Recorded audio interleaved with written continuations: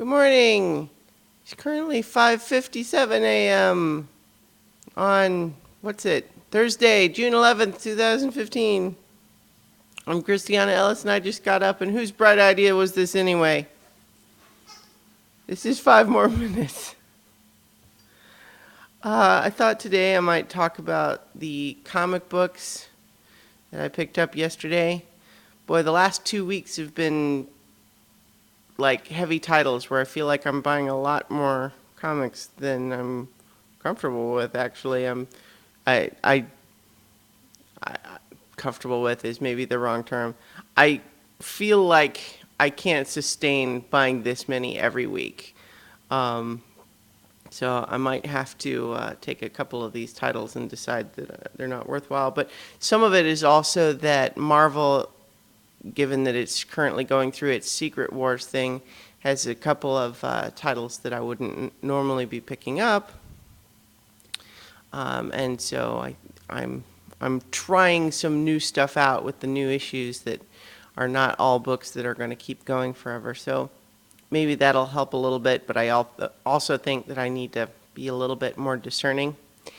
Anyway, I thought I would just kind of go and do just little quick capsule reviews of the ones that I picked up this week. I'm not gonna, I don't think I'm gonna do anything too spoilery if there's any big twists, just so if there's a book that you're reading and you haven't read this one yet or something like that. But in any case, first I'll go ahead and pair together. We've got Batman number 41 and Batman/Superman number 21. And I pair them just because they are both connected to a... Oh my God, Luna! Luna, no! Oh my God. Luna, no, come. No, quiet. No, shh. Oh, okay. Sorry, you guys. Where was I? Batman. So, without necessarily getting into the details of it, there is a reason why these two issues do not show Batman as we are accustomed to seeing him, but instead seeing a 9-foot-tall, bunny-looking blue robot Batman. I have to say that certainly just as a concept, I wasn't sure I was on board. That seems weird. And yet, this is one of the things that I've come to take as actual good advice when it comes to comics, which is that don't necessarily just follow characters, follow creators. And so the same team of Scott Snyder and Greg Pak, who had been producing the Batman run that I had been enjoying, are still on board for all these new changes. And so I figured, well, if I liked the other story, maybe I'll like this one too. And I won't get into the details of why Batman is that way as much as to say that in execution, I like it better than I thought I would, but I'm also still not 100% sure that I like it. And so sometimes there's continuity changes that you're saying, oh boy, this is fresh and interesting, and sometimes there's like, okay, can we hurry up and reset this one? I'm somewhere in the middle with this. But the Batman/Superman issue is really good because as I talked about, I think there was a video last week talking about Superman's new status quo being somewhat depowered. That issue where he's feeling like, hey, I need to go talk to my buddy Batman about all these feelings I'm having about where I'm at. And yet Batman is also not himself. And so there's a tension there that's actually pretty fun. Next is Captain Marvel and the Carol Corps. This is a Secret Wars tie-in, meaning it is part of this Battle World special patchwork quilt universe that has been created as part of the whole Secret Wars tie-in, which basically just means it's kind of like an Elseworlds or What If title that just has Carol Danvers, a.k.a. Captain Marvel, as the leader of this like flight squadron that protect their world, but are starting to believe that there are conspiracies going on. They're being lied to by the higher ups, and all of the character stuff is in place there. And some of these Secret Wars tie-ins are just super fun because they're just so. They take our fun characters, but then put them in a very different context, and it's just a lot of fun. I have a couple more of those Secret Wars tie-ins. One is Inhumans, Attilan Rising #2. I was less a fan of this one because even though I like some of the characters and I like some of the ideas in the plot, I felt like the issue was kind of too confusing. I couldn't really keep track of everything that was going on. There were some things that felt like they're supposed to be big character reveals, but I felt like, okay, I don't know why that's supposed to be important. I don't remember who that person is. And I think that's, it's possible that because I'm not current on the Inhumans regular book, that maybe I would know more, or some of these things would matter more to me. But I did like that the Kamala Khan, the Miss Marvel, is in this one. I did like that. Marvel Zombies #1 was great, even though it featured characters that I hadn't previously had any connection to.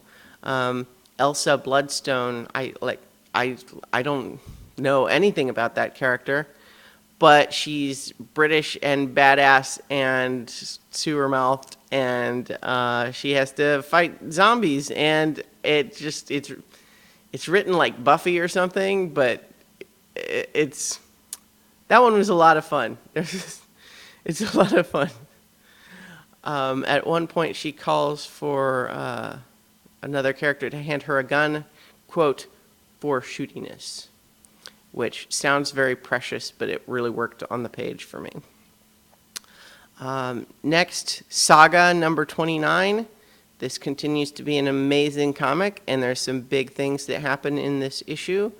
I almost don't want to review it as a single issue because either you already know how great Saga is, in which case I would be spoiling it as an issue, or you don't have any idea what Saga is, and I want to tell you, just go read Saga from the beginning. Seriously, it's one of my favorite comics out there. It's like every time I see that it's a week with a new Saga, I'm like, hee! It's one of my favorites. So that's high recommendation for Saga as a series, but don't jump in the middle. Just start that one from the beginning. It's worth it. Next is Spider-Gwen #5. And this is, again, the continuing adventures of a parallel universe Gwen Stacy who gets bit by the radioactive spider instead of the Peter Parker in her dimension. And it's interesting because even though they've had that character tie into Spider-Verse and Secret Wars elsewhere, it seems like this series is going to continue to be in its own little standalone universe, which I kind of like. It seems a little counter to the whole Secret Wars message, which is that supposedly all of these different universes are mushed together now. And she is also in the Spider-Verse Secret Wars tie-in, which I'll get into in just a moment. But I do actually hope that the Spider-Gwen main series stays in its own little pocket, because half the fun, I mean, I really love her as a character, Gwen Stacy as Spider-Woman. I really, really dig it. But also half the fun of that book is seeing what's different in that world that she's from, where Matt Murdock works for the Kingpin. He's the Kingpin's lawyer, and Frank Castle is a cop, and Gwen Stacy is in a band with Mary Jane Watson and a couple of others, and their mortal enemy is Felicia Hardy, who is a French assassin. And so I really love all that stuff, and the character design and the visuals are just super cool too. So even with everything changing in Secret Wars, I would prefer that Spider-Gwen stay in her own little pocket universe rather than get incorporated into the main Marvel universe after this is all done. The Spider-Verse Secret Wars tie-in, Feels like more Spider-Verse, I guess. I like having all of those characters cross over. It's fun for me. It's not necessarily a big standout issue. It's more just kind of like a continuing story. But, you know, it's like if you read any of the other Spider-Verse thing, then I think you're either on board for having it just be inherently fun to have lots of spider characters hanging around or not, in which case you ought to know whether or not to read this issue. Then Starfire #1, which is like I find lately that I'm buying a lot fewer DC comics, but in this case, this week I had the Batman and then Batman Superman, and now Starfire #1. Starfire is a character I've really never read any comics about at all, but I loved her in the Teen Titans cartoon, and I also enjoy the Teen Titans Go cartoon, although it's certainly funny but inspires less emotional passion. But in any case, Starfire #1 as an issue feels like it's taking a little bit of a cue from some of the sillier Marvel titles like Unbeatable Squirrel Girl, for example. And it's kind of lighthearted. It's kind of silly. It's fun. I like it. It's not quite as all ages as Unbeatable Squirrel Girl, which had an issue last week, and I should say that continues to be one of the funniest comic books out there. But yeah, Starfire, this was a good issue. I feel like I'll pick up the second issue.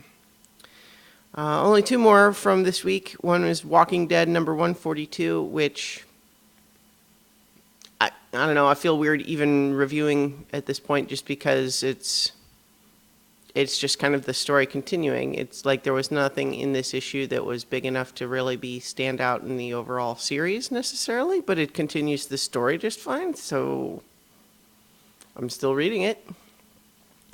And then last for this week is Ultimate End #2, which is another one of the Secret Wars tie-ins, which is specifically kind of addressing and wrapping up issues of how the Ultimate Marvel Universe is going to be folded into the regular one as a part of this whole Secret Wars thing.